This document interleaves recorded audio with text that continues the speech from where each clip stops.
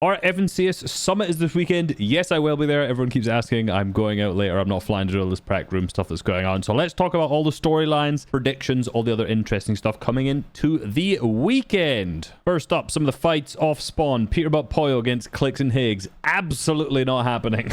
Zero chance it's happening. We basically have that confirmed already that Clicks and Higgs is in fact going back to Wonky. I don't know what this like fake aura, yeah, we're going to land on Pete Poyo is going to be to dip out to make sure teams go to. I don't know what's been going on. It has not worked or been interesting whatsoever. Salco and Minute were originally conning Wonky conning Shark and Teeny at Wonky. Tough sentence to say. However, it seems that they've dipped to this side. Clicks and Higgs are almost definitely going to be back. Shark and Teeny more than likely will split this in some way. I'm not worried about their performance really with that at all. During Grands, we already saw that they were willing to split. They did like half of the game split and still placed fifth. That was it. Fifth. They had, you know, their divisional cup so far this season's been a little bit more stinky, but you can't really deny the unbelievable performance they've had. My face was in the way, but you can also see even the reload, they've been insane. So not particularly worried about them. One thing is very true about Teeny in almost every scenario is that he is able to play with no mats. Look back to like the OG Teeny strats. Look back to like how scuffed he was when it came to globals the previous, 2 years ago when he was playing with Chap. They just basically WK'd everybody around them. I'm really not concerned about their off spawn when they're conned. Might, I don't want to say ruin their chance of winning. I think it lowers their chances of winning, not having the entire Wonky line to themselves. I still think it's pretty much a top 10 guaranteed.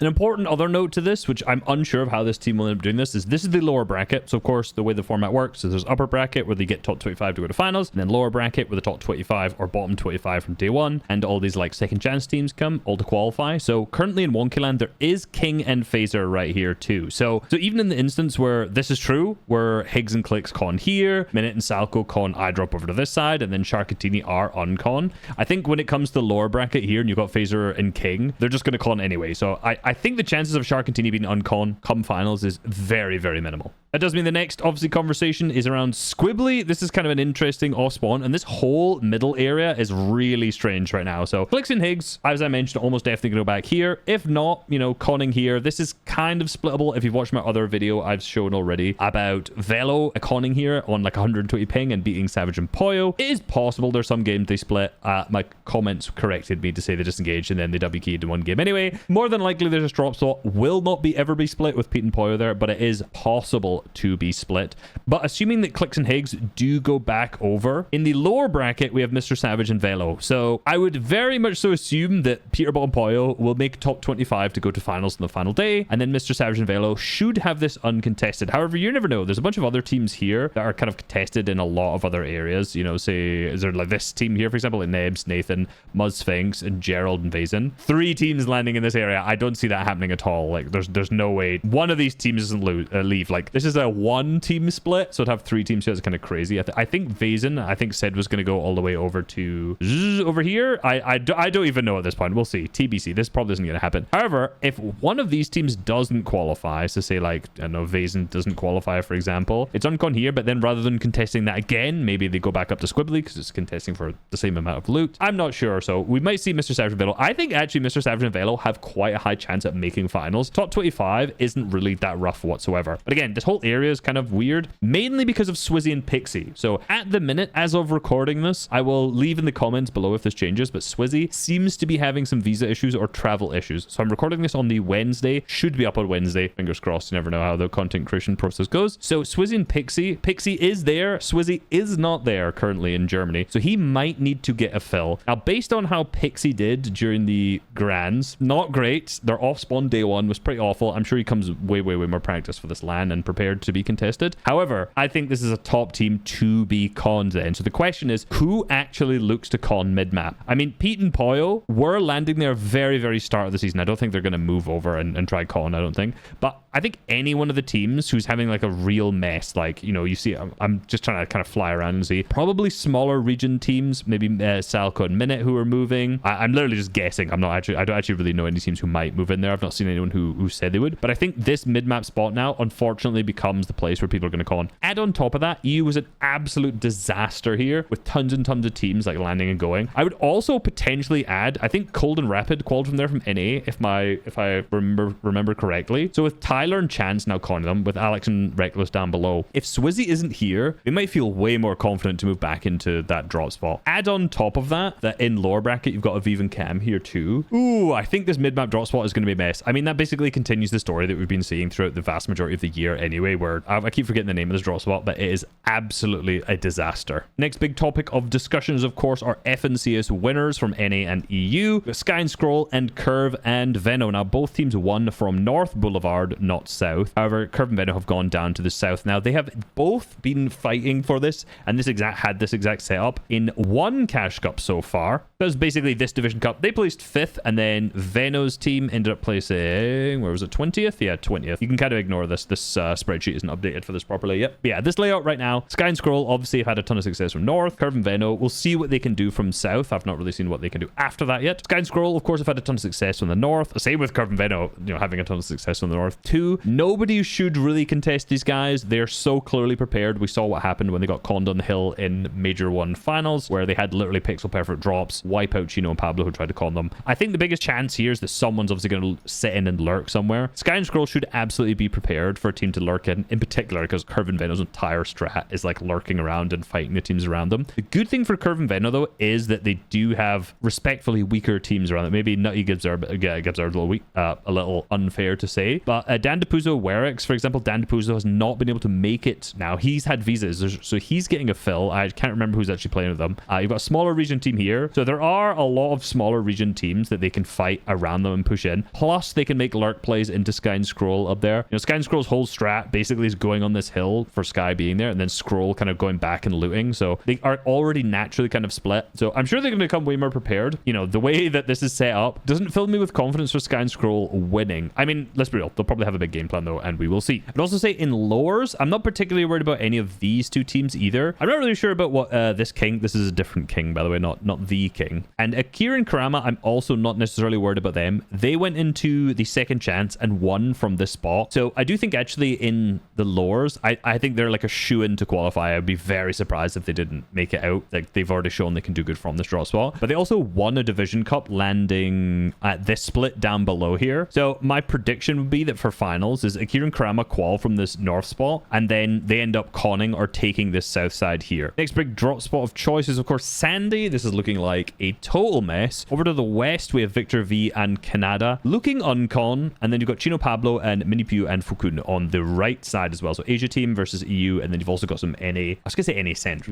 You got some NA West landing here over on the far west. 3 teams going through. I'm not sure how this is actually going to play out. I've seen games earlier in the year where Chino and Pablo did well, contested off spawn in this area. Based on globals last year, I can't remember who it was, but the Asia teams did not back down off of an off spawn fight. They took the drop spot. They fought for it. They were like hyper aggressive. Can't remember who that was. Apologies. Where it was in the fight against Victor V, actually. Who was that? Let me check. Last year it was Tete Razzle and Raito who were going up against Paper, Epic Whale, and Victor V, and then also this like Pete mess going on there too. Also think back to the way that like Yuma and Koyota, or Koyota historically in lands, has fought. Like, the Asia teams generally are pretty aggressive off spawn, so I'd be very surprised if they dropped and left out of this. But similarly, Chino and Pablo last year at globals had the best placement while contested. Was it 6th? 7th placed whilst contested by Tastin's team off spawn. So for them, I'm really not concerned. And even if they have a couple games where they're scuffed off spawn, like, this is the perfect scenario for them to lurk and make a sort of play. Like, we haven't really seen many lurk plays from Chino Pablo at all based on their kind of drop spot. They've also just been uncontested a lot of the time. So I think these guys are going to come in extremely well prepared. We know Fred's going to have them dropping really, really well at the same time. So I'm still, even though this is like an off spawn mess, I still have quite high hopes for Chino and Pablo. Victor V and Canada. I mean, Canada at last globals, well, 2 years ago at globals at least, got absolute belt to ass by EU, but when Teeny conned them and fought them off spawn. So yeah, I mean, I'm not necessarily too concerned about the off spawn for at least Chino Pablo EU teams here. I think this is going to be a really interesting dynamic of how this plays out though. All right, the Frigid Fortress teams are also very interesting, and I genuinely think Noah actually might have a little bit of like a sleeper.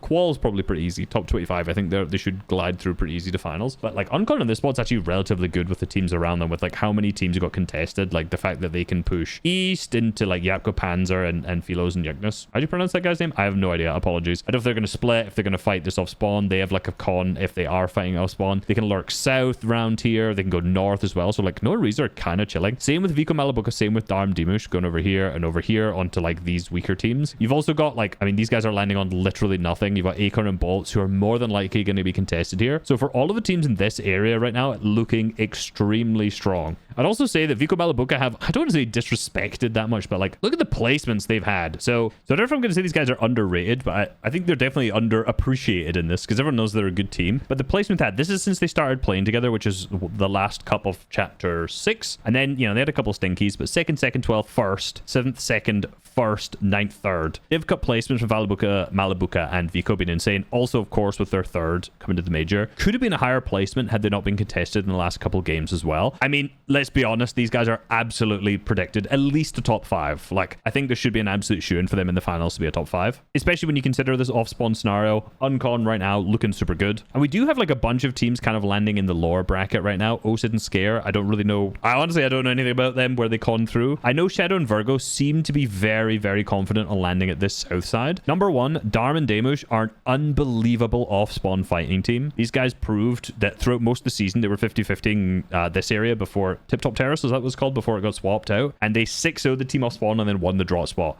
won the divisional cup. In the finals here, they're basically landing and like not really teenies trying, they were just going around W keying everyone. And where do they end up placing? They ended up placing 7th. So without a drop, these guys were super good. With a drop, they're super good. So I really don't think Shadow and Virgo want to call on this. I actually don't think this is a good decision for them to do it at all. In particular, because Dharma Dema should be an absolute, I mean, they should sail through day 1, get straight into the finals and have that drop spot claimed. So I think it would be a good idea that if in the lower bracket, Shadow and Virgo go and take somewhere that's more uncontested, or I don't know, something that's worth, like, as bad as it is, I feel like it's almost better for them to con up here where Vico Malabuca is than conning down here, because there's like barely any chests. Might be a straight 50-50. You're just going to get third party here anyway. I mean, honestly, if whichever one you choose, you're just going to get third partied by the other side anyway. So yeah, I think either way, Shadow and Virgo are in kind of a rough spot, in particular because they're a little bit of a weaker team coming from the lower bracket rather than calling through the upper bracket too.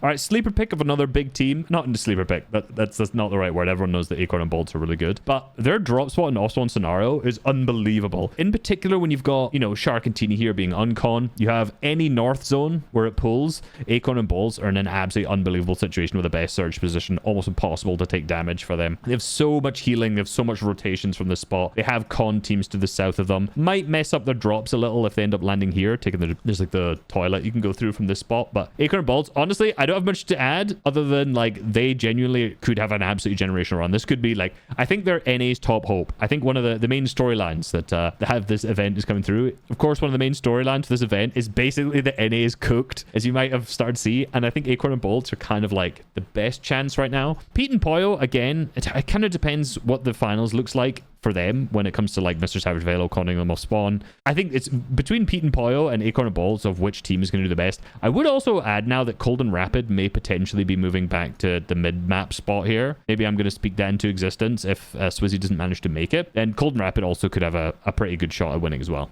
Another honorable mention, of course, is the fact that it's Alan and Cammy is there. So, of course, he's probably going to do good. All right, for Focus and Thomas, will be quite interesting here as they are uncon in the upper brackets too, but come to the lower brackets with Epic Will and Pump, who I do not believe are going to be leaving this drop spot at all. I'm pretty sure they're going to con in finals if both teams manage to make it through. So this being conned might, I don't know if I'm just going to say might benefit. It probably would benefit Focus and Thomas, because one of the biggest problems they've had so far has been the fact that anytime a zone pulls up to the far, the issue is that a lot of these teams want to play Storm, right? So the way Focus and Thomas plays, they play net 0, which means they basically play for like 0 damage dealt to 0 damage taken early on. But if the zone pulls far and they get like no damage before 4th zone, they put themselves at a risk. This is because say the zone pulls something like over here and then they pull like another far zone at this side, they're basically forced to get a max rotate. You are almost guaranteed going to take Storm, some damage from other teams rotating if you do that. So by playing 0 damage dealt early on and by pulling like a completely max different zone,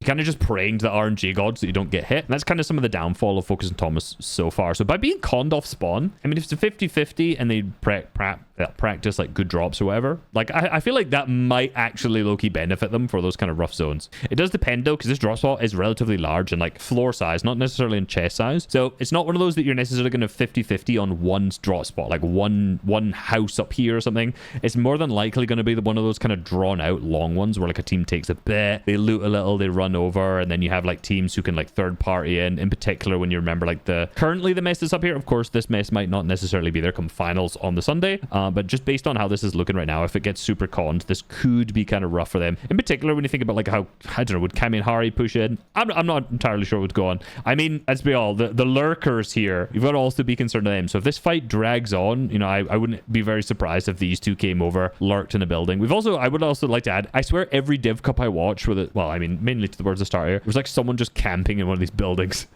all the time, just like waiting on these guys. So I feel like this side is probably going to be like lurk central. I've still yet to see a clip of him, but I showed it in my Major One analysis video. Controller plays on simple edit, so I want to see him getting some of the ones. Like all the creators, you know, Boop, Aussie, and Fax are currently all in the rack room. I want to see Controller. I want to see this guy in the simple edit 1v1s. I don't know how good he actually is. All right, so I made this tweet, which is going to do a video on the extra channel with every storyline possible coming into Summit, no matter how niche. Hit me with it, anything interesting about the team. So I want to go through a bunch of the responses that were in here because, you know, I know a lot about EU. I don't necessarily know a lot about every single team, and I think there's some useful comments that people have left down below, so we can hear about some of the other teams that are potentially a little bit more underrated. One from my boy TS. 2 of the 3 teams qualifying of NA Grands to LAN were NAC teams that went there, which is Canada's team who won, of course, like Canada Victor V, then Doxy X-Spawn, which I think is TS coaching them. I'm not entirely sure, getting third. Small regions getting run over by the big regions. Who would have thought? This one, I'm not going to look into this, but I'm sure someone else can look into this. However, this is interesting. Every Div Cup and Grands on Asia has been split between 2 teams, which is Koyota Yuma and Minipew and Fukun. Yeah, running through. Basically true. Koyota Yuma first, third, fourth, first, 29th, and then won the major. Minipew's team 6th, first, second. To be honest with you, like Minipew and Fukun's team's actually way more consistent. They're Beth being best being 6th. And then LB Works and Bolt, the other Asia team, who's in upper bracket right now. A little bit more hit and miss with 11th. They had a second, which is good. Didn't win a single Div Cup and then came third. So, I mean, their chance of winning relatively low. I would say Minipew's team, who's the one currently contesting at Sandy, is definitely looking like the strongest team there. So this one pops up quite a lot. Alex and Reckless being the underdogs going to Summit, and their drop spot being uncontested. This is true. They're south of 4 fields, which is Alex and Reckless, the drop here. The problem is, I mean, every OCE team always does bad at every LAN ever. I mean, looking through last year's globals, you know, top dominated by EU as always. You've got Bolts, Rapid, and Canada got into the best placing EU team, which NA team, sorry, was in 5th. Way. Like, I mean, there was 8 EU teams in the top 10. And this is trios, so yeah. And then you've got 2 NA teams who snuck in. So already seeing an EU OCE team doing well. Not really sure. You do have some good placements here, similarly out of the Brazilian teams, which is, you know, one of the things we'll talk about later. And then Reed's team, Veno's team, and then, you know, it takes a while of scrolling. You've got to scroll for a while. There's the first Middle East team, which is FKS. I was trying to it's not Fahald, I can't remember, and Hero. I can't remember how to pronounce the 5s. I know the 7s. And to get to an OCE team, it's Alex, Resigns, and Anon. We ended up placing 24th. Now, I actually think that is the best in a globals from an OCE team so far. And this was a meta where you could just trade Surge all of the time. I can't remember what they were doing specifically. Let's be honest. The history isn't really there. You know, if I open up, the Div Cups don't work for non-EU regions in the spreadsheet because I've not updated it yet. But, of course, they won their region here. Say last year, right? Let's take last year. Resigns, Kazi, Alex, and then they swapped them out. And it was second, first, and then the 24th. The year before, first, second. Then they went to NA and came 38th, and then at Globals were 45th. The year prior to that, Alex was 10th, 12th, and then qualified in the last major, and then almost came last at Globals. That was the laggy Globals. And then the year before that, he placed 3rd, 2nd, 1st, and then went 46th. I love Alex. I love the small region teams. I want to see a small region team do good, and I think in this meta now where there's no more surge trading, everyone has the possibility to come up with a good plan to not take damage. History would say that is potentially not going to happen. With that in mind, I actually want to talk about some underrated teams. I don't know if I want to say underrated, that's probably not the right word, but some teams that I think, you know, might have a chance of actually doing much better than people would expect. I think the first one, I'm going to say a Middle East team as FKS and Hero. Now, we already mentioned them a second ago. They came 21st at Globals last year. Not a fantastic placement by any means, but I think it was Middle East's best placement so far. And last year in trios, they were first, and then 3rd. forward. And this year, like here in FKS, are just continuing the exact same thing. So first in this first major so far, qualified here, did good, like I already mentioned. As good as Middle East teams or small region teams typically do come to an international. And so far, they also have this top left completely uncon, right? In the upper bracket, they have this. I think the big question on this is when it comes to lower bracket, what are Pix and Ghost going to do? Which is actually another team I want to talk about for more underrated teams that can actually perform. So yeah, I think if these guys actually remain uncon, they could do really well. Similarly, if Pix and Ghost remain uncon, I'd be very excited to see what they can do too. Ghost is a fragger who's been playing on like 50 ping because he's from Greece. He's playing now with Pix. And of course, Pix was part of this Pix Darman Dimush who had a lot of success last year. He was actually the IGL of this team. So he's very smart. And as you notice, like his divisional cup placements since going duos, they've been okay. They've been kind of switching around duos quite a lot. But it has seemed to work out more towards the end here. Things have been going much better. If I switched teams, he did play with Murstache for this one. And then we started playing with Ghost. That was the 4th, a 21st, and then 18th. Not so bad. And then obviously they did really good in the second chance qualifier to qualify through as well. So I actually think they're also a team who could do potentially well. I want to see the difference between playing Ghost playing on like 50 ping and then playing just on straight 0. Another team no one's really talking about when looking at this, I already kind of mentioned No Reason. I think they're probably one of the biggest underrated team. Maybe that's the way to word it. It's actually Yapko and Panzer. Now, it might be a little odd looking at this mess of an off spawn, but these guys are a really good team. It's just like no one's really talking about it right now. Like they won a division cup and they just failed to qualify. It's like their biggest problem was really just kind of making finals a lot, as you can kind of see here. But again, now this season, 9th, 4th, didn't qualify twice, and then they also had an 8th, and they came 10th this time. Plus, you've got to remember, Yapko last year in Globals was 3rd, and playing with Swizzy the year before that, he was 10th as well. So on LAN, Yapko's insanely good. Panzer's been really good last year. They actually have had really good placements in a set lobby. And sure, this drop spot is like kind of rough with, you know, this potential team contest them here, probably getting third partied by this spot and No Reason. It could be kind of messy here in the uppers, and it could be worse depending on what happens here from the lowers. But I still think this is potentially an underrated team. Of course, Javi and Diminished, they are coached by my boy TS as well. Mid-map, got control of the hills here, so basically whatever zones they pulled, they're very, very good. They had kind of like I don't want to say a sneaky performance, but just a really solid performance come into Globals, where a lot of these other players, you know, come Globals, everyone in NA is talking about Clicks, Higgs, 10, you got Pete Poyo, they didn't win, oh my god, it was so insane. They like Curve and Veno were doing good. But I think like this performance was kind of just underrated, like nobody was really talking about them and hyping them up. And then all of a sudden they come 6th, they qualify here to the summit. They have in uppers at least this kind of entire mid-map uncon. If Pixie and Swizzy end up getting conned, there's going to be a bunch of stragglers moving out here where they've got free surge on. Like they could be licking their lips right now at a very, very solid land placement. Also got to show my boy King Cringe and Twy, the UK team here to represent. I mean, we've also of course got Nebs and Nathan who won the last Div Cup, but they are also con. If they were uncon, they actually might have a pretty good chance here, but they are insanely good. 8th in Major 1. Always have like some random like super cooked up strats. I basically just want to see what Scotland can do. Half Scotland and England, of course, can do come in a LAN environment. So I'm excited to see how they play. And then low-key, I've got to go with Brazil's Gone and Night. Maybe a controversial pick here. If you actually look through some of the placements, they've been pretty good. They won this major, and everyone's got to remember this Quanti and Gone LAN from 2024, where, God, it was a mess, right? But Gone was a super good player on Brazil, and then got as like a fill for Quanti, and then got like Quanti as a fill to play with him. And they played 17th, well contested, super messy off spawn. It was awful. I can't remember. I think they barely even spoke English together.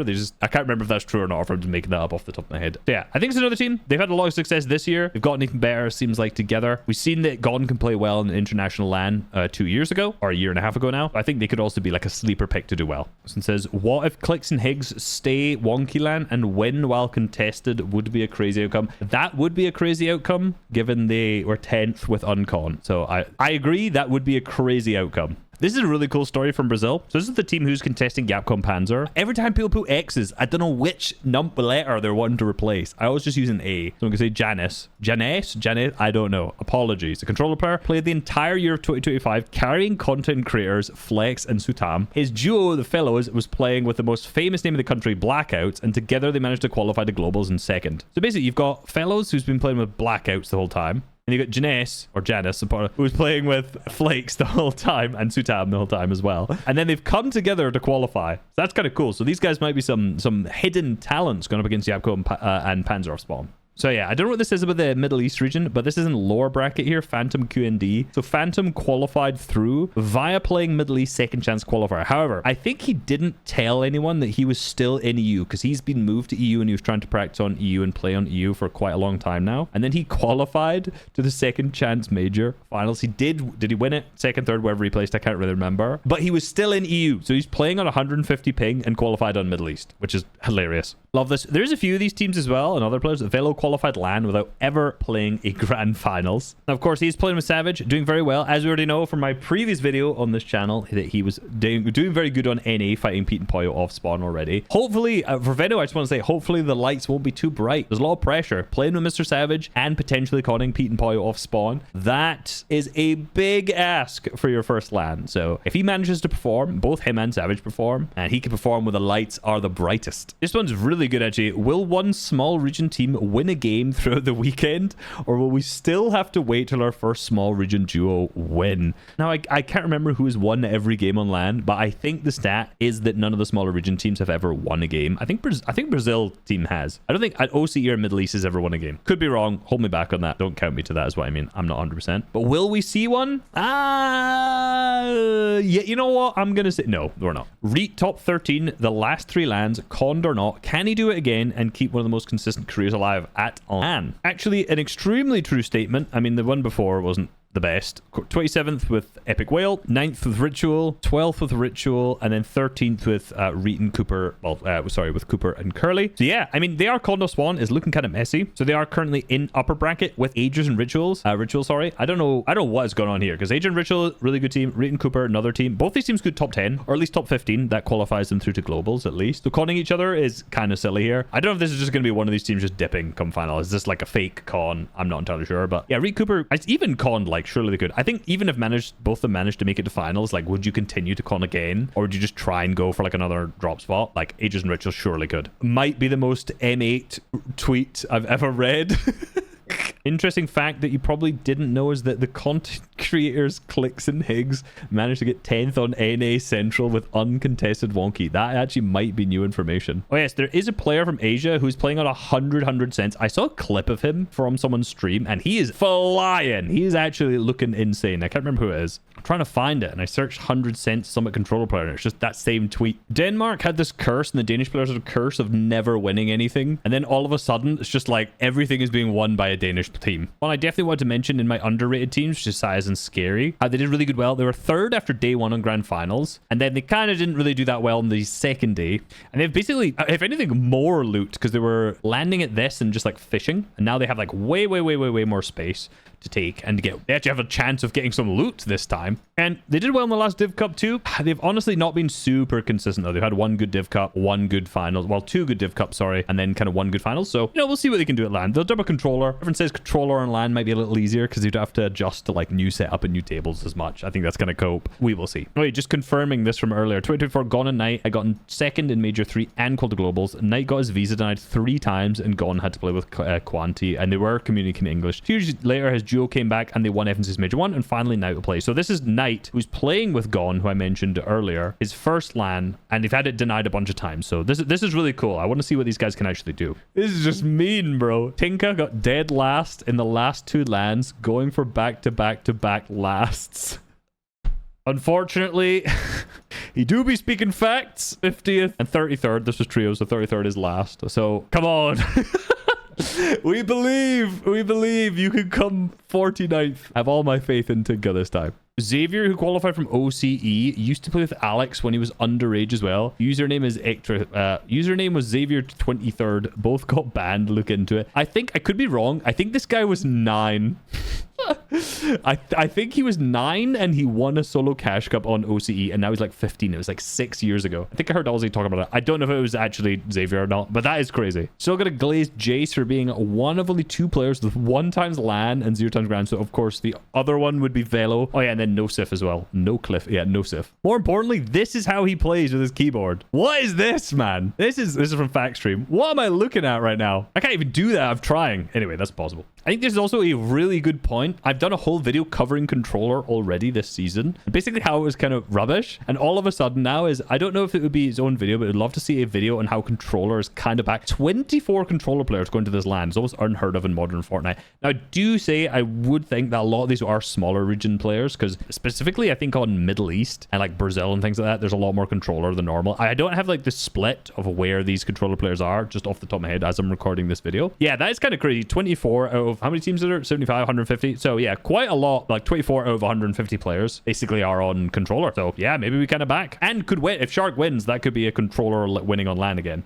Maybe there's a lot of lower bracket. I'm looking on EU competitive. This is KXR's website, and I'm filtering by controller. There's only 100 players. So maybe there's upper. Maybe it's just all lower bracket or something. Let me check in a second. 1, 2, 3, 4, 5, 6, and then Akira Kuraba. Maybe this is just wrong. I don't know. They've got 8. They've got 8 here. We'll see if this is actually right. Yeah, I mean they're missing a few because like TD for example is not here for example. So yeah, maybe the numbers here are not right. All right, so here's the predictions. This is for finals, and I'm gonna do top 15 specifically because that's what qualifies you through to globals. Not gonna do who goes to uppers and lowers. I can't be bothered with it. There's too many. So firstly, I'm leaving out Swizzy and Pixie from my top 15, mainly because I think Swizzy is not going to get a visa, which will actually impact the way this list comes together later on as well. So unfortunately, I don't know if they're going to be top 15. All right, so in at 15th, I have Akira and Kurama. I put because they're French, we need one-hit globals. So we have the M8 fans, but also they have just been actually very consistent. Despite the fact they were pretty bad in Major 1, let's be honest, they have been really good in Division Cups. They've won one, they come 7th. They have a pretty good drop spot if they manage to get it uncontested, which, you know, time will tell. I think these guys have been super consistent, and I wouldn't be surprised if they did well at LAN. All right, next up, we have Noah and Reason, which I already mentioned. Their off spawn is looking pretty good. It's a LAN. These guys are super experienced, so I'd be very surprised if they also didn't do good. Then I have Javi and Diminished. I put maybe too low, maybe also too high. With this team, it could be potentially rough, or it could be amazing. Not great analysis, but you know what I mean. Next up, I've got Darm and Dimush. I also think these guys might be too low, but looking at who I have like higher up, it's very hard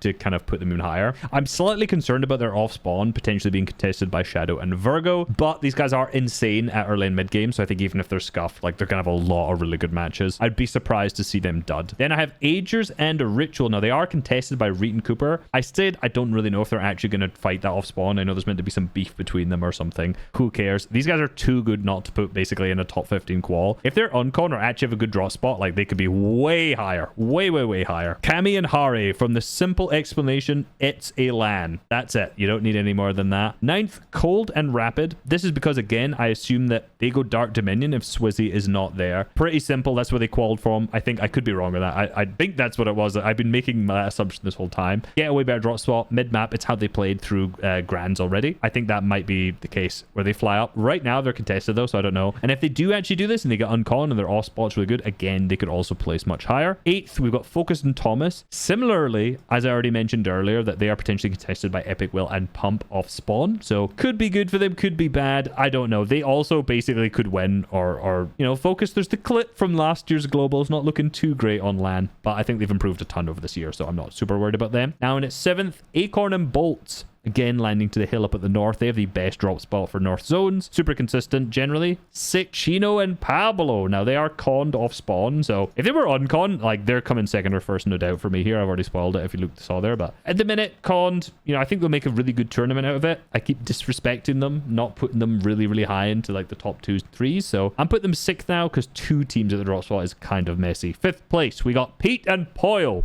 I have contested brackets, maybe. If these guys are uncon somehow, like if Savage doesn't qualify, if Clicks does go to Wonky Land as everyone expects them to, these guys being uncon could be scary. I predict they won't. I think, honestly, if Savage and Velo con them in finals, which I do think they should, let's be honest, man, Pete and Poyo are winning that off spawn in this kind of environment. Love Savage, love Velo. Yeah, I think it's not going to happen. 4th, I've got Veno and Curve. Again, where there's high on the predictions, anyone could really win. But my thing is, I haven't really seen any success from south of Boulevard yet. Seems like a minor difference, but the way that all these teams have played from north Boulevard is so good. Like, we've seen so many FNCS wins and Major. I can't remember how many the small smaller regions were won from North Boulevard. But Sky and Scroll are obviously there. For, Veno Curve being south, I've not seen anything magic from them outside of their grands where they won. It's a land, so I'm sure Veno's cooked up some insane strats. But first time land for Curve, landing South Boulevard. Yeah, I don't know. I don't know. I want to see these guys do really good, but I'm just not super confident in South Boulevard. Generally, third place, we have Shark and Taney. Again, they could easily run away with it. I do think they're off spawn because they're going to be contested by someone, right? Whether it's Clix's team or it's King's team, they're going to be conned. So they're going to have a messy off spawn. I'm very confident that they can make good games out of this, but I think it's going to mess them up enough not to win. Like, that's kind of my main takeaway. First and second, I'll reveal at the same time. It is Sky and Scroll in first, Vico Malabuka second. Now, my assumption here is that Sky and Scroll win if Veno and Curve are not second. So if Veno and Curve can win this entire event, they might make a play and just key Sky and Scroll, which could ruin them winning the whole thing. But assuming that Veno and Curve are like, in this 4th to 6th or around this area, and they don't just key them for no reason or something like that, I think Sky and Scrolls take away. They're the best team in the world. Vico Malabuka, also insanely consistent. We've already seen the stats from them earlier. If there's anything you want me to talk about, or not talk about, because I'm not going to do another video till this is over, leave it in the comments down below if there's any cool storylines or something, things you're interested in watching from the summit. Like the video, subscribe. Mainly because post-summit, I'm going to have a VOD review of every single game win. God help me, it's going to be tough. Out hopefully the day after, so on the Monday following this. And you can watch 20 matches in a single game. It's going to be a long video.